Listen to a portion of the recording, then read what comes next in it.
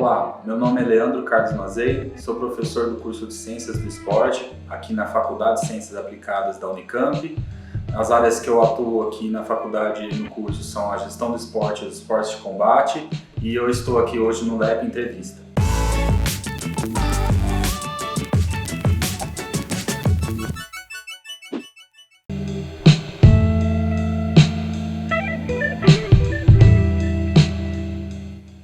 Bom, eu estou, digamos, aqui hoje porque eu tenho contato com o esporte desde os meus 5, 6 anos, né? Eu comecei a prática do judô com 5, 6 anos, por um motivo quase que bizarro, né? Eu ficava muito doente e um dos médicos, em alguma das consultas que eu passava com frequência, recomendou que eu fizesse alguma atividade física esportiva, e como na minha família tem muitos primos homens e as brigas aconteciam com frequência, acabou aí sendo o judô escolhido meio que por acaso.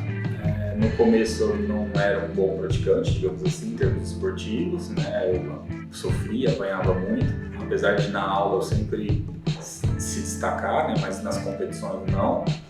Eu acho que por volta de uns 11 anos que a parte competitiva começou a ficar mais séria, né? Começou a ter mais destaque através aí de conquistas e títulos.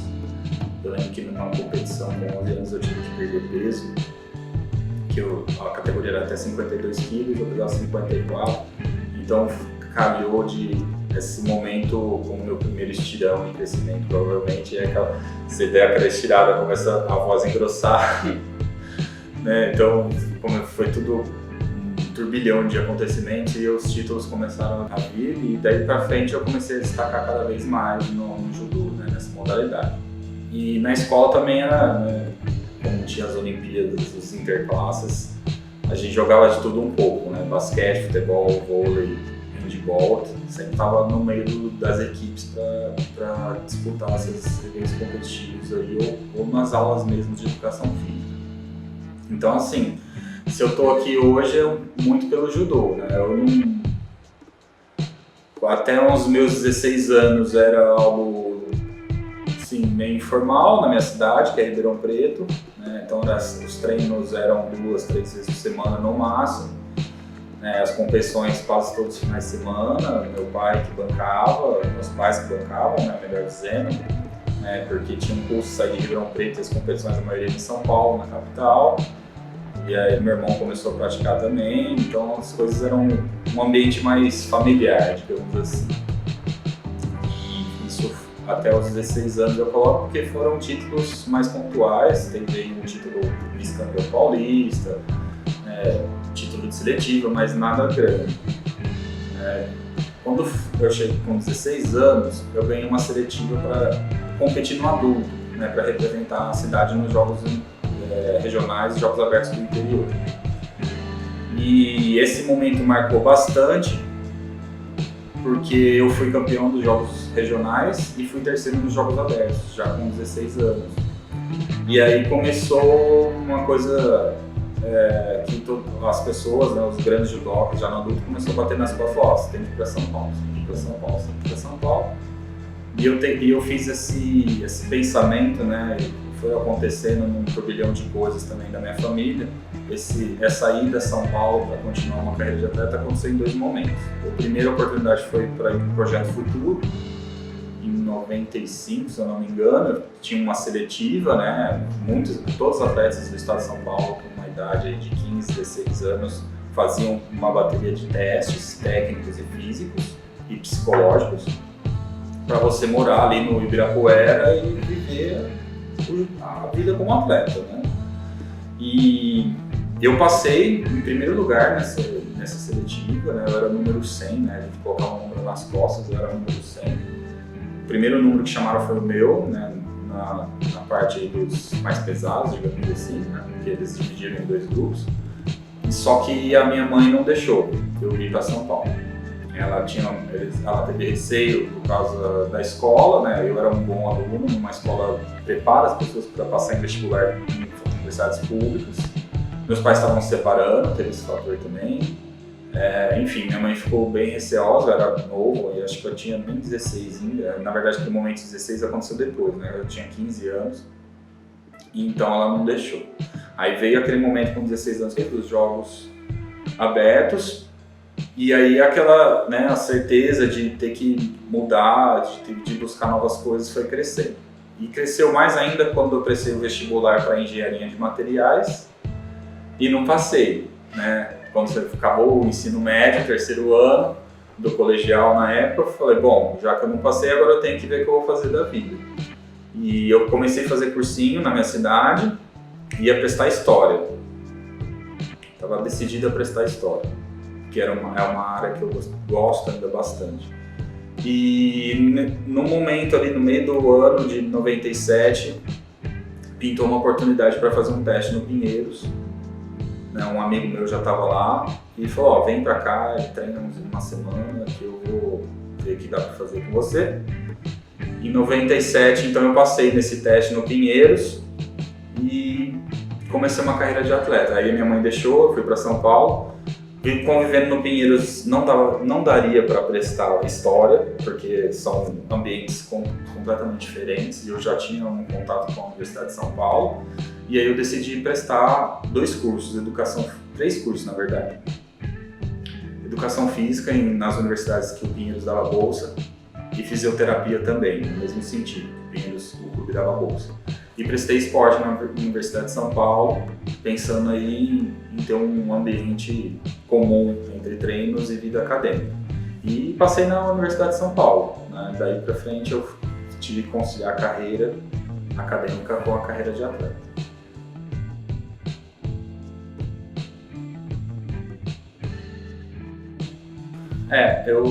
Eu cheguei no Pinheiros em 1997, eu era júnior ainda, e desde as primeiras competições eu comecei a me destacar.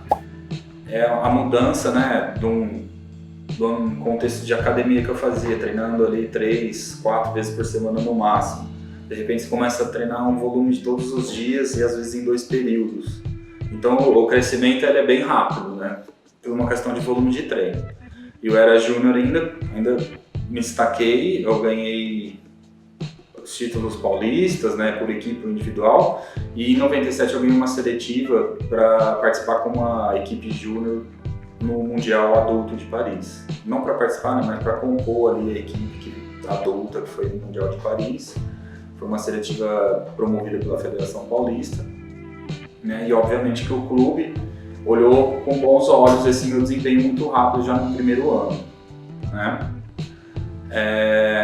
E aí no ano seguinte, em 98, eu já era da categoria adulta, né? Então foi uma transição rápida, né? Que teve diversas vitórias e diversas derrotas, né? E de 98 para frente foi na categoria adulta, perdendo, ganhando, né? Competindo internacionalmente pelo clube ou pelo Brasil, com títulos internacionais, brasileiros, estaduais, inclusive como atleta universitário, já que de 97 para 98 eu fiz brevemente um cursinho em São Paulo e passei no vestibular na Universidade de São Paulo.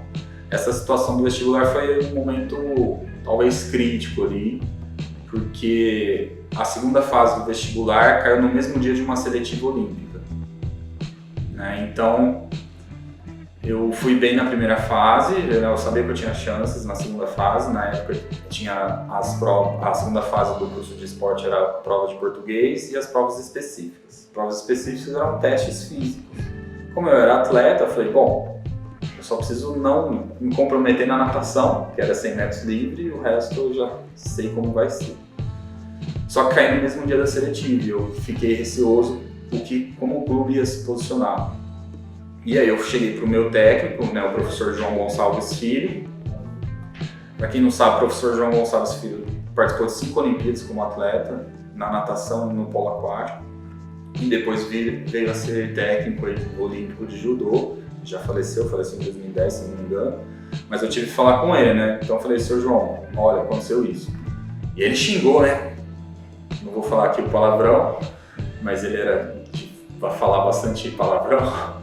Xingou, eu falei, pronto, agora ele vai falar para ir para a seletiva, né? Não, ele falou, não, garoto, vai fazer o vestibular, que isso é mais importante. E aí eu fiz o vestibular e passei, né? Então, daquele momento de 98, como estudante da Universidade de São Paulo, de um lado integral, curso integral, tentando conciliar com os treinos no clube, 2 períodos às vezes e tal. E no final do curso ainda comecei a trabalhar dando aulas de judô. Né? Então foi um momento aí que hoje eu tenho muita saudade. Né? Porque era um momento de vida que eu tive que, se eu olhar a realidade hoje, como pai de família, etc., era um momento fácil, né? E eu fazia o que gostava, treinava, estudava o que gostava. Então foi um momento aí de carreira atleta muito valioso. Depois ainda vinha mudar de clube, né? Fui pro Paulistano, digamos que é meio concorrente do Pinheiros, mas chegou um momento que calhou, quando eu já estava me formando, eu queria conhecer novas coisas e o Paulistano me propiciava essas novas coisas com relação ao treino e não que fugia um pouco da rotina do Pinheiros, que eram uns treinos ali meio empacotados, não tinha muitas variações. E eu sabia, né, depois de perder seletiva olímpica, depois de perder seletivas para outros eventos, sabia que eu precisava de algo mais para tentar um resultado maior e não só o volume de treino que a gente tinha no clube.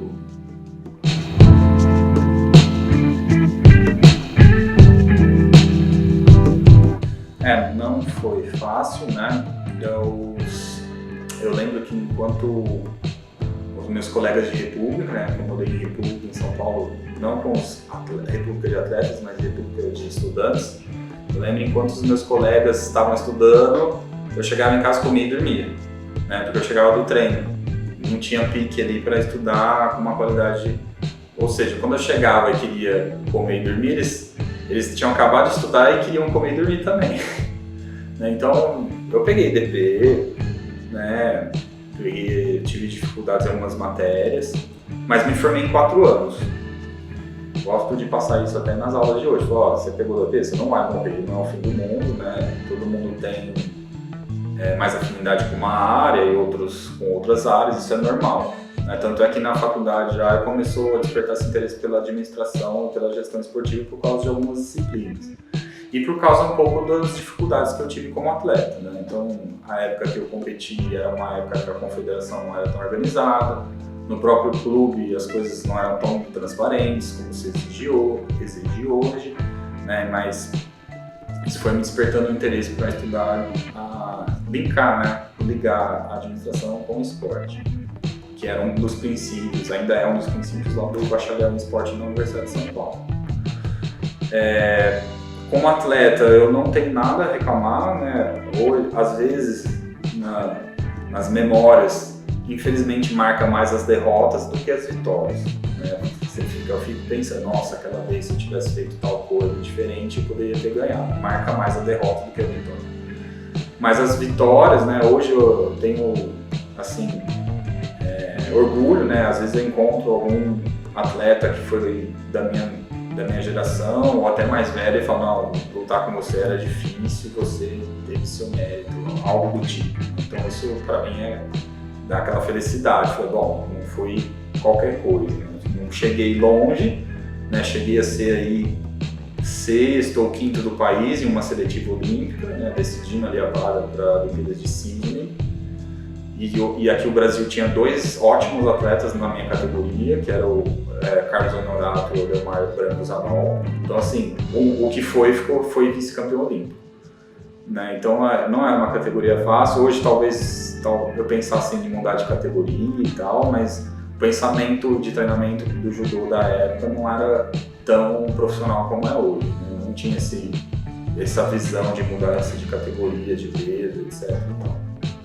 Né? E mesmo na universidade, na época, eu não me trazia tantos conhecimentos que eu tinha na prática, e a prática não tinha tantos conhecimentos que me trazia na universidade. Algumas vezes era um conflito, né? Era um conflito bem grande, seja em qualquer área, seja pedagógica, como a de treinamento, como a de gestão. Mas quando você está numa universidade como pública, seja o USP ou o Unicamp, você começa a criar um senso crítico maior, acima da média, talvez, da população brasileira. E aí eu comecei a questionar a minha rotina de treino, né? uma reflexão interna, na verdade, né? Falar, será que isso é o suficiente? Será que não é? Quando eu começava a viajar para outros países aí, você via que realmente não era, né? Porque a realidade dos países ainda hoje é diferente, né? A questão do treinamento. E comecei a ver que talvez seria muita vantagem trocar de clube, ver outra perspectiva, muito no sentido, naquele momento da minha vida, de treinar menos, mas com mais qualidade. Enquanto no Pinheiros era treinar muito, mas uma qualidade talvez não, principalmente a questão técnica, não tão apurada, né? Não tinha não quero dizer que era ruim, mas às vezes você precisa de um suporte técnico maior, né? E a gente não tinha um horário e tal, ou fazia por conta, né? Tanto é que boa parte dos meus amigos aí do judô são as pessoas que eu treinava junto, ou que a gente trabalhava junto, né? Se criou um vínculo e tal.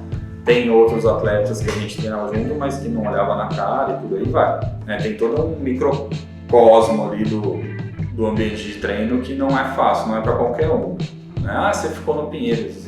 Eu via aquilo como profissão, tinha o meu horário de treino, tinha o meu horário de comer, pegava, acabava o treino e ia embora, né? Mas o pessoal que morava na República do Clube, etc., tinha outros momentos ali, enquanto atleta, enquanto esporte, para mim aquilo era o meu ganha-pão.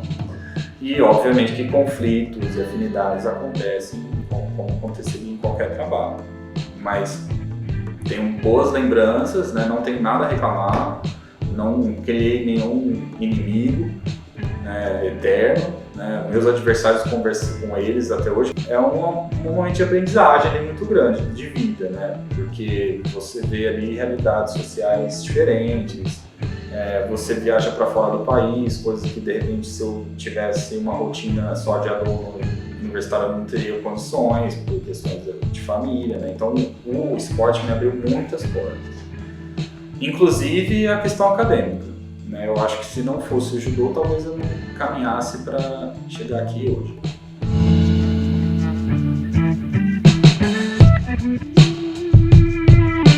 A universidade pública faz você ter um senso crítico um pouco maior, né?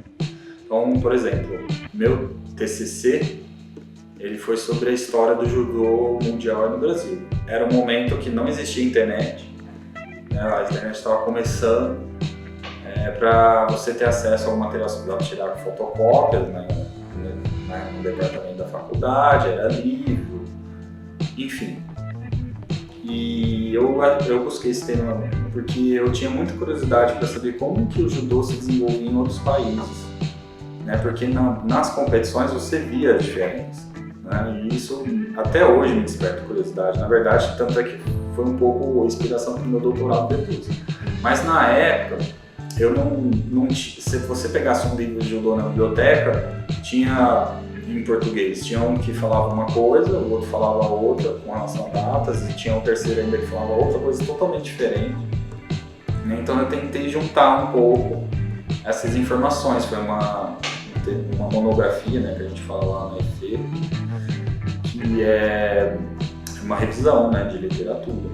E aí eu vi que, de repente, o que me falavam quando eu era atleta não era tão verdade assim.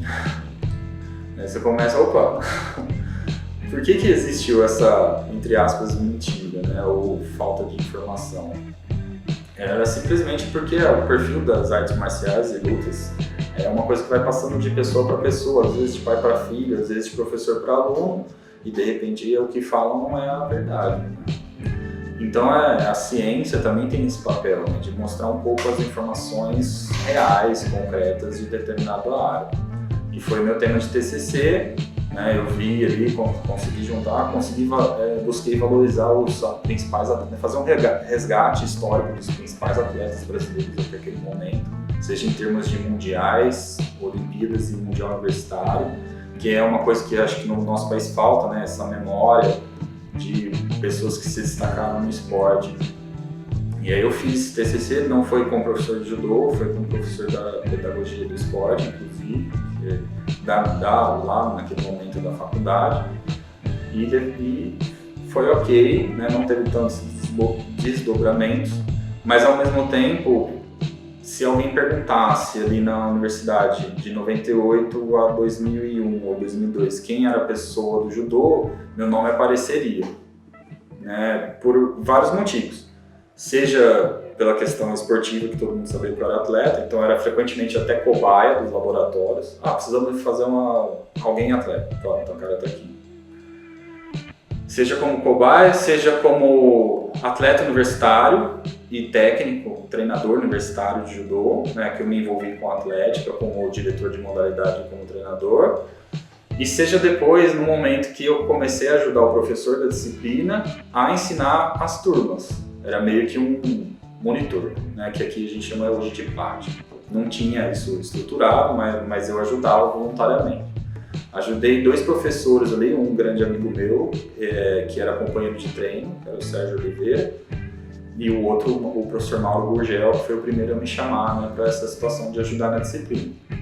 E foi aí que me deu... Eu já dava aula para crianças, né, de judô, mas foi ali que me deu uma motivação, falou, eu gostei de dar aula para universitários, né, eu gostei de dar aula para esse tipo de aluno. Então, na prova de judô, na disciplina judô, os meus colegas de sala tiravam dúvidas comigo, não com o professor da disciplina, até por uma questão, né, de maior contato, mas eu que, digamos ali, que ensinei os golpes e tal para minha turma, para os meus colegas de república e tal, e todo mundo passou na prova prática. Foi ali que eu falei, bom, acho que é isso que eu quero, né, como carreira a longo prazo. Eu sabia que a carreira de atleta não ia durar muito, né, e eu já visualizei a situação. E aí, obviamente, que para ser professor universitário, você precisa ter uma formação acadêmica, né, mais profunda do que só uma graduação ou só especialização e por aí vai. E aí eu busquei, né, comecei a consultar colegas, falar, para onde eu vou, o que eu tenho que fazer, né, qual o caminho. A ideia, quando eu entrei no esporte, não era ser só essa graduação, era fazer mais uma graduação, ou fisioterapia ou administração. Era no começo fisioterapia talvez, administração com certeza depois, mas os meus amigos falaram, hoje 2 graduações o mercado não vê tão bem assim. E aí eu busquei uma especialização em administração, me aprofundei, né, em áreas que o curso de esporte não propiciava. Então, o primeiro passo foi fazer a pós-graduação e especialização. Eu ganhei bolsa, ainda era atleta, então ganhei bolsa, continuei competindo aí como atleta universitário. E na época eu já estava no Paulistano, tinha que conciliar de novo treino. Agora era treino, faculdade de pós e trabalho, né, que eu já dava mais aulas para as crianças do que no final da graduação. E as coisas foram caminhando até que eu cheguei numa conclusão que eu falei, bom, agora eu tenho que fazer um mestrado. E qual a área? Juntar administração e esporte, né? Finalmente, tentando resolver os perrengues de todos os atletas de judô do Brasil, da minha geração. E aí, qual a conclusão que eu cheguei? Que não existia essa temática nos cursos de pós aqui no Brasil, seja da educação física ou da administração, era uma coisa que estava surgindo no país, né? Não se falava em gestão do esporte, falava de administração esportiva, era uma coisa que estava começando. E por um acaso, não acaso, né, mas as coisas, né, vão juntando aí as peças um quebra-cabeça, a Universidade do Porto tem convênio com a Universidade de São Paulo, né, nos cursos de esporte e educação física, e tinha 2 colegas que já tinham ido para o Porto fazer mestrado, e lá tem um mestrado de gestão do esporte, né, gestão desportiva, que eles falam.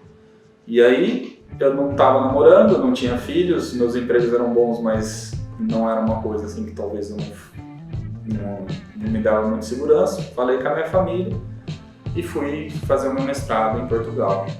Eu passei em 2 cursos de mestrado, um era o gestão e outro era o treinamento. E aí eu decidi fazer o de gestão mesmo, né?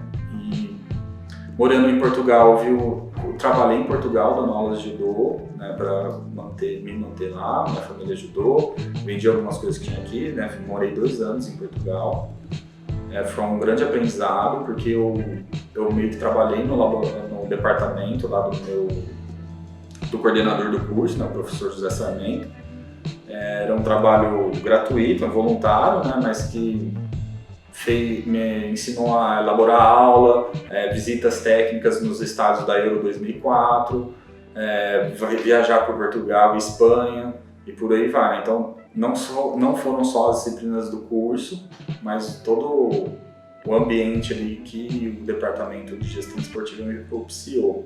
Como para ser ali, né? Eu lembro que o professor Sarmento citou isso recentemente. O Leandro chegou aqui e ele declarou no primeiro momento que ele queria ser professor universitário e hoje ele está. Né? Então ele retomou isso. Nossa, eu nem lembrava quando eu falei isso.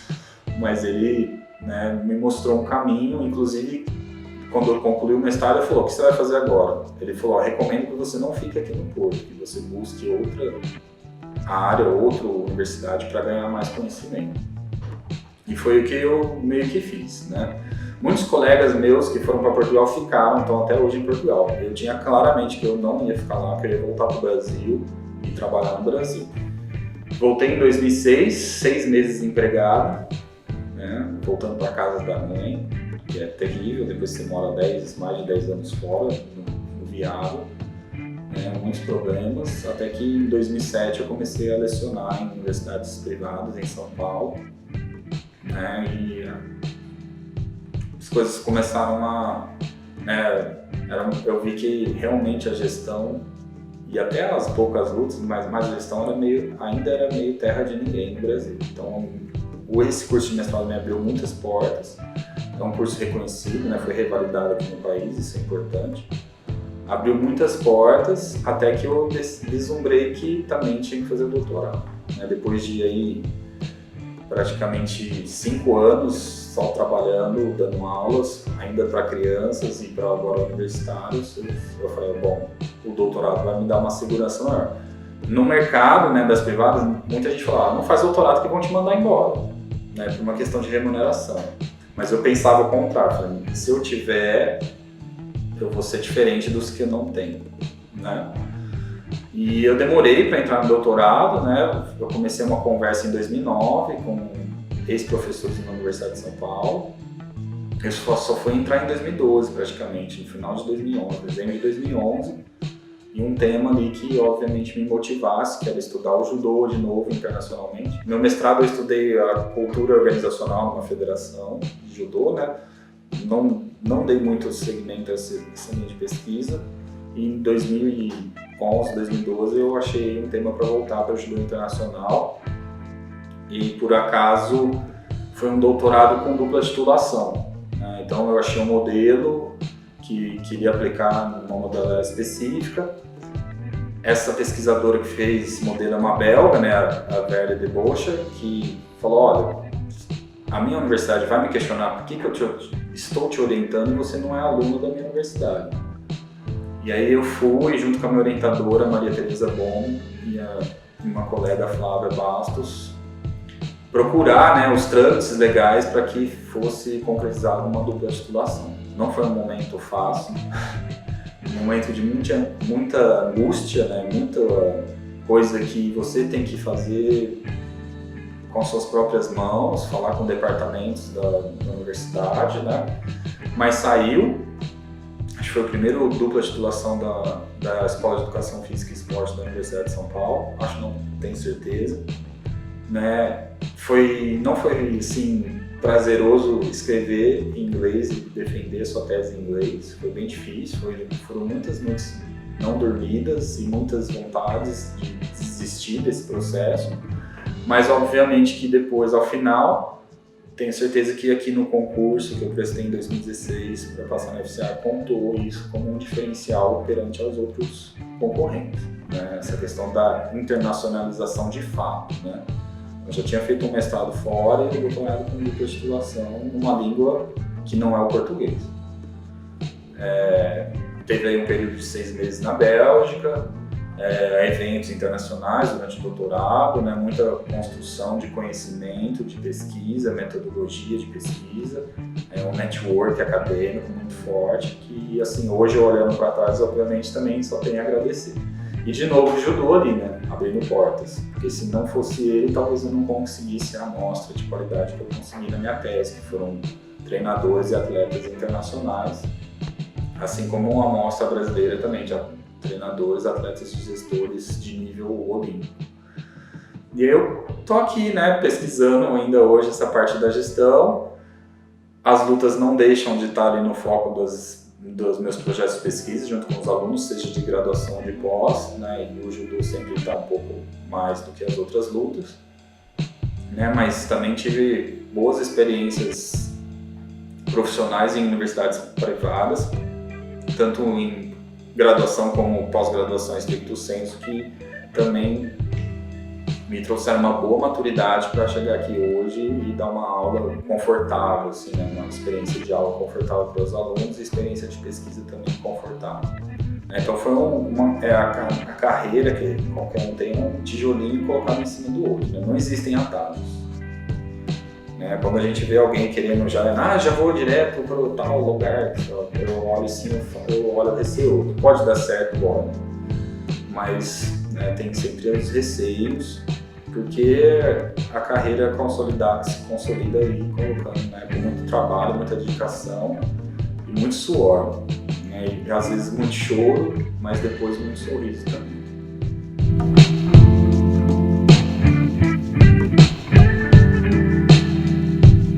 Olha, o doutorado, como eu cheguei a falar, o tema dele é fatores de sucesso para o esporte internacional, né? Então, ou seja, em termos de organização, esquece a parte de treino, pedagogia, em termos de gestão, o que um país precisa para ter mais ou para manter o sucesso.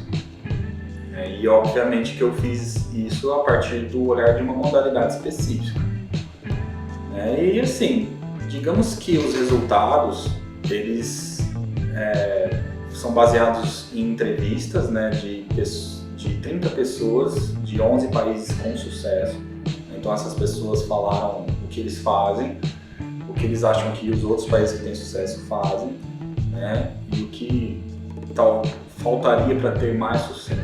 Então os resultados, eles um pouco comprovam o que a gente sabe empiricamente na teoria, e comprovam teoricamente esse empírico, digamos assim.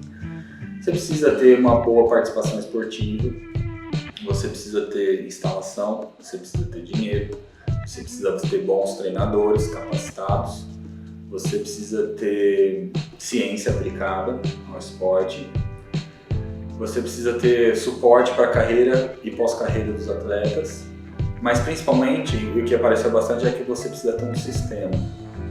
Um sistema que, se eu tenho um filho hoje, eu quero que ele seja atleta olímpico, qual o caminho que ele precisa fazer ou pegar para chegar nesse objetivo. E aí, obviamente, que é um problema do Brasil, por exemplo, porque a gente não tem um sistema tão claro, ou se a gente tem um sistema, ele é um sistema que ele tem uma barreira a ser transponida muito grande, que é um sistema de clubes privados. E a maioria da população brasileira não tem acesso aos clubes, né? As medidas para solucionar os problemas estão aí, né? Elas são tangíveis, mas, né, acho que para qualquer país, isso eu vi no meu doutorado, precisa de uma vontade política de se fazer a coisa. Então, alguns países conseguem essa vontade política, até por uma influência, né, dos seus políticos, ou pela sua história conseguem resolver os problemas. Então, desses dois lados, eu posso colocar a Rússia, onde o Putin é ex-atleta de judô. Então as coisas no judô lá se resolvem talvez mais facilmente. E outro lado eu coloco o Japão, que historicamente é o berço da modalidade, consegue ali resolver os seus problemas de uma forma mais como se fosse o futebol aqui no Brasil, talvez. Ou não, né? Já que o futebol aqui não se resolve tão fácil também. Então eu trouxe ali muitos, e eu consegui, né, uma primeira fase qualitativa com entrevista com essas 30 pessoas, e depois confirmei essas entrevistas através de uma fase quantitativa, com 406 questionários, entre atletas, treinadores e gestores. Então deu ali uma consistência acadêmica, que talvez se eu fizesse só no Brasil seria só a parte qualitativa. Minha opinião é que seria suficiente, mas por ser uma dupla titulação e exigências lá da universidade estrangeira, que é a VUB, né, a Universidade Livre de Bruxelas, minha orientadora já falou, não, você tem que fazer um diferencial, faz essa parte quantitativa, nem que seja com uma amostra do seu país. E foi o que eu fiz, né? Isso me obrigou a estudar estatística, por exemplo, que hoje ainda é muito bom, né? E eu sei que meu doutorado ali tem bons resultados para qualquer organização esportiva de judô de qualquer país aproveitar. Existe uma aproximação minha com a confederação aqui no Brasil, mas que, digamos que está um pouco congelada, e já teve aproximações de federações de outros países perguntando sobre os meus resultados. Então, a motivação do meu doutorado era um pouco isso mesmo, de aplicar de fato os resultados na prática. Mas durante o doutorado eu vi que esse desejo não depende só de mim, né? Depende dessas organizações esportivas e muitas vezes elas não têm ali o interesse ou a vontade política de se apropriar desse conteúdo. Mas os resultados estão lá para quem quiser, né? Uma parte do doutorado que eu tenho que valorizar foi o meu momento profissional. Até 2011 eu só dava aula em graduação e esporadicamente em pós-graduação e especialização com o tema de gestão. Na graduação eu dava aula de eventos e lutas, e marketing às vezes, ou estágio, né? E rapidamente, de 2007 a 2011, eu fui alçado a um cargo de coordenação. Eu falei para o meu superior, por que você está fazendo isso comigo, né? Já que tinha muito mais outras pessoas que tinham mais tempo de casa. Ele falou, não, você é bom de resolver problemas. Na disciplina de organização de eventos a gente tinha que organizar uma festa, então eu consegui resolver vários problemas numa festa que girava aí 2.500 pessoas por festa. E aí a universidade que eu lecionava, que era a Uniban, Universidade de Bandeirantes, ela foi comprada por um grande grupo. E eu vi ali que a minha vida ou abraçava um cargo de coordenação e se sujeitando a aceitar as ordens dessa mantenedora, ou fazer o doutorado.